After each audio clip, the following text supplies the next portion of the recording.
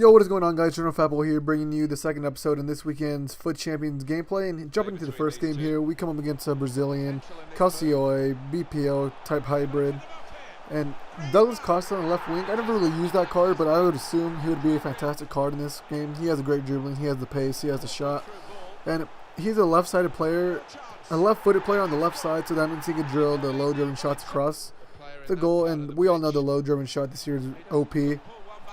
But before I forget, guys, I want to quickly apologize to you because halfway during this gameplay, you're going to notice that I jump from a certain amount of wins to another number of wins. And that's because I recorded about 2 hours worth of footage, and then when I came back to edit the footage was actually corrupted. It was all pixely, and I don't know why. That happened to me a couple times.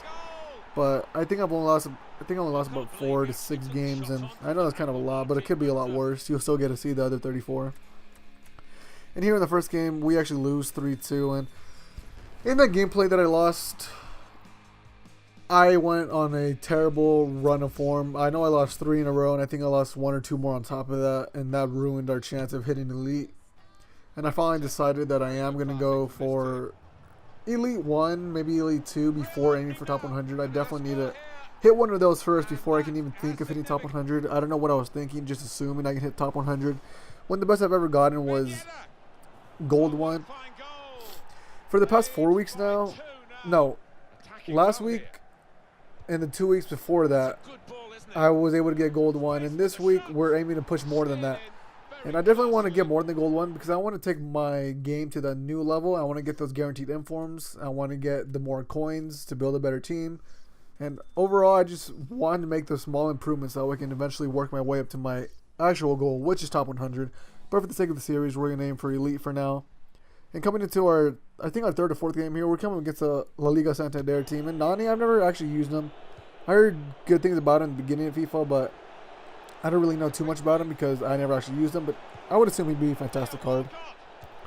He has the 5-star skills and I think a 4-star weak foot, so I'm pretty sure he has everything you would need for a good winger. But he's just not a card I would ever use. I would go for the Ronaldo, of course, if I had the coins. But here we go 2-0 up with Ben Yedder. And Ben Yedder, he was really hit or miss for me this weekend. I used him in the 4-3-2-1, as you guys would have seen throughout this video and the last video. But halfway through my games, I want to say a little more than halfway through, when I had about probably 18 games left, I actually ended up switching to 4-1-2-1-2 in-game. Now I'll play Ben Yedder at Cam and Griezmann a Walcott striker.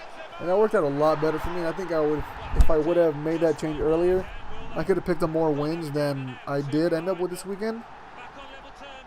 Because I feel the 4-1-2-1-2 is just more balanced, especially in midfield. You have that one CDM that drops a little bit more back than the 3 center mids in the 4-3-2-1.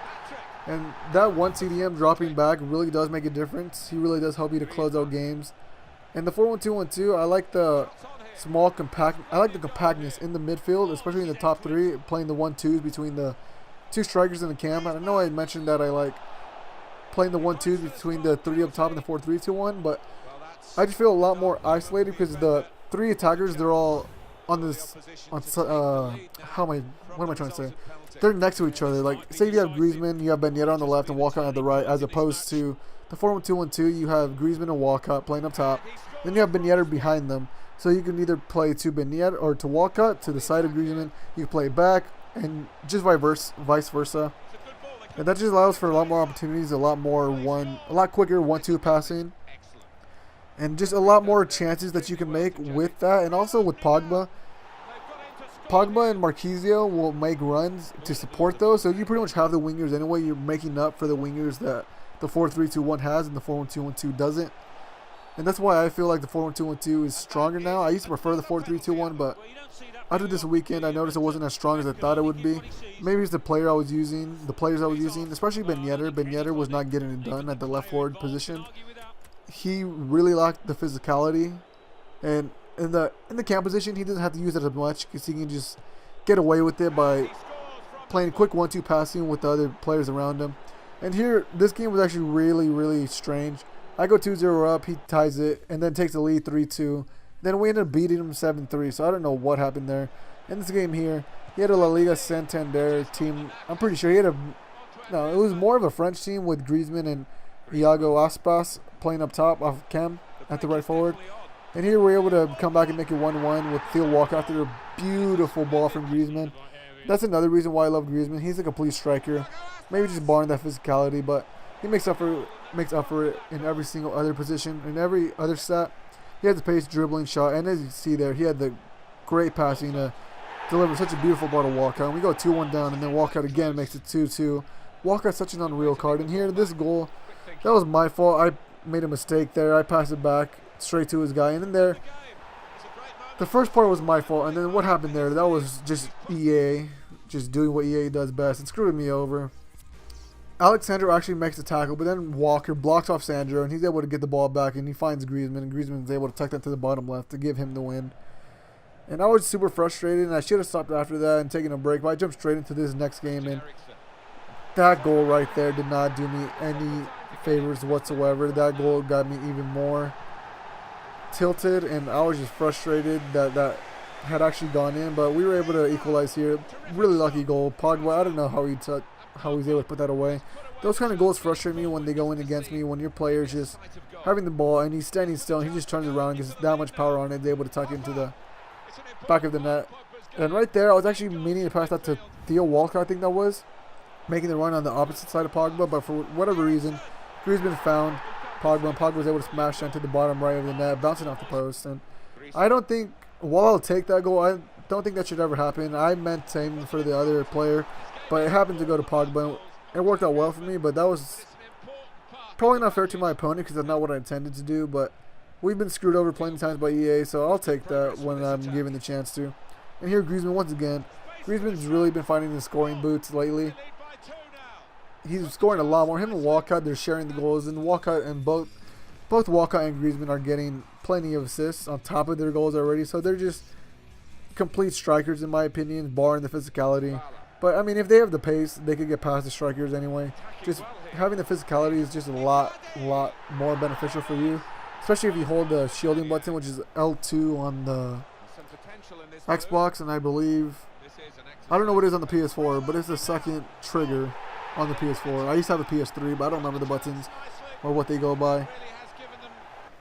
Well, actually, L2 is PS3, and then left trigger is Xbox. I'm pretty sure.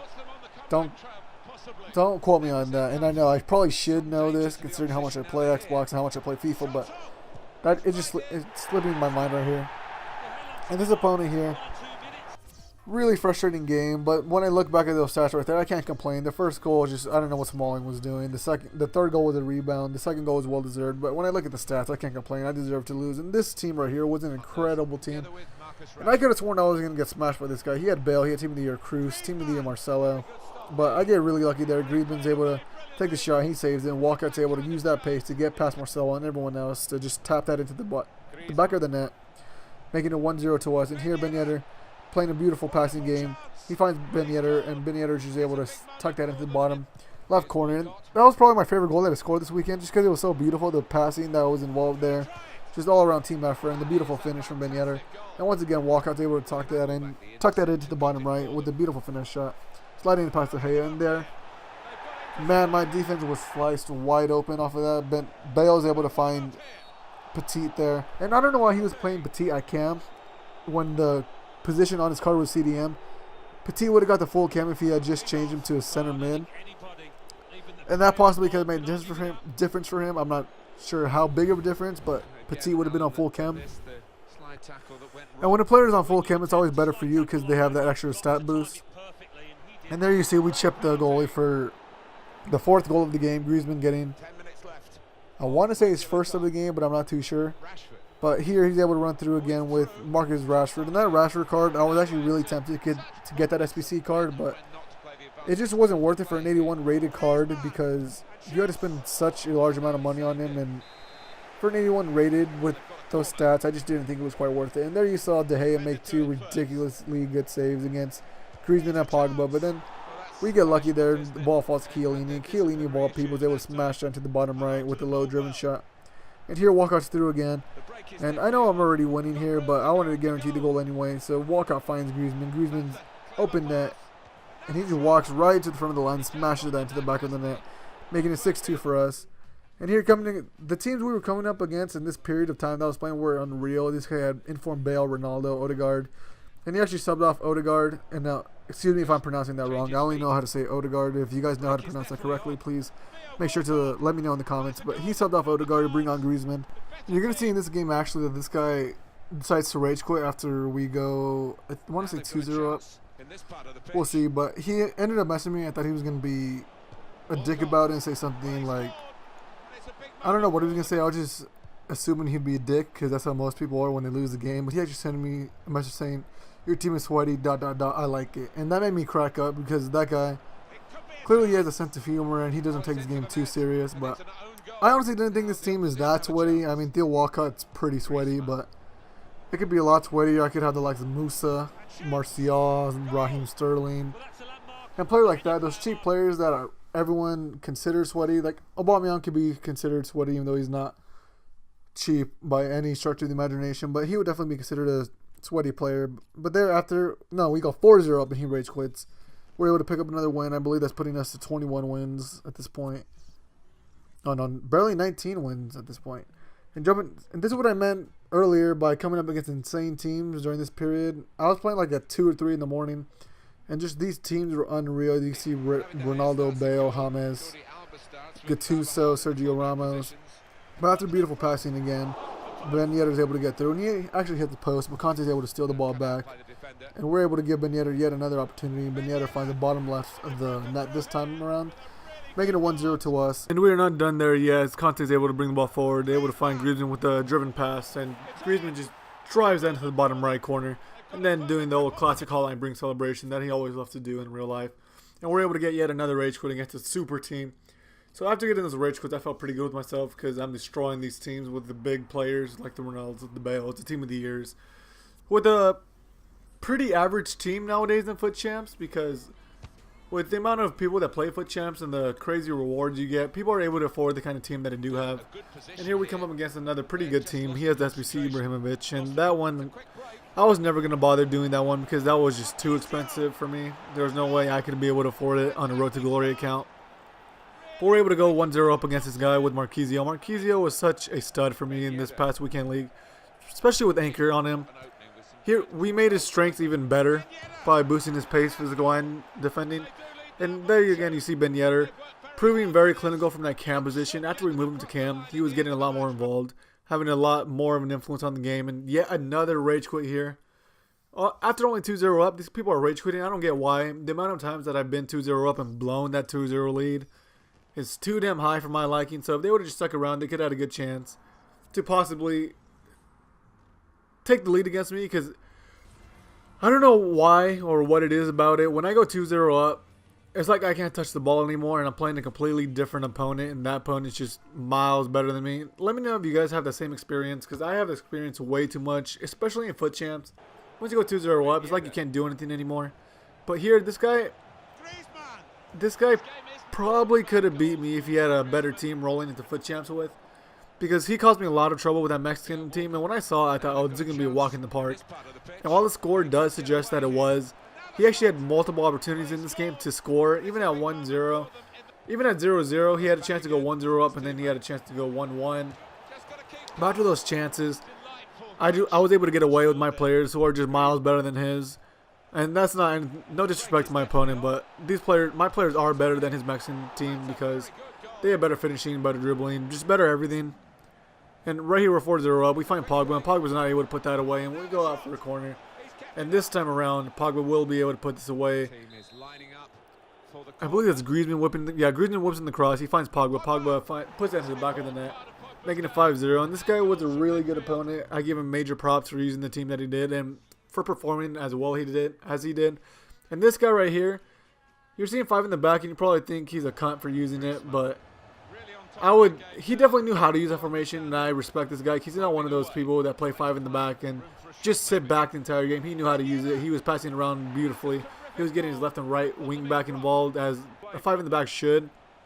He was causing me a lot of troubles with Marcelo, and I believe it was Hector Bellerin. I'm not entirely sure, but I'm pretty sure it was either Bellerin or Walker.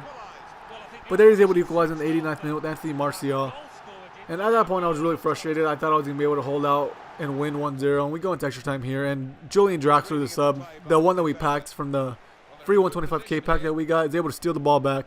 Beautiful ball roll. Finds Griezmann. Griezmann's able to just open up his body and put that to the bottom left with a finesse shot, making it 2-1 to us, and we're able to walk away with another win there, guys. And you'll see the remaining of my games in tomorrow's episode. But if you guys did enjoy this episode, please make sure to drop a like and follow me on Twitter, and I'll see you guys next time.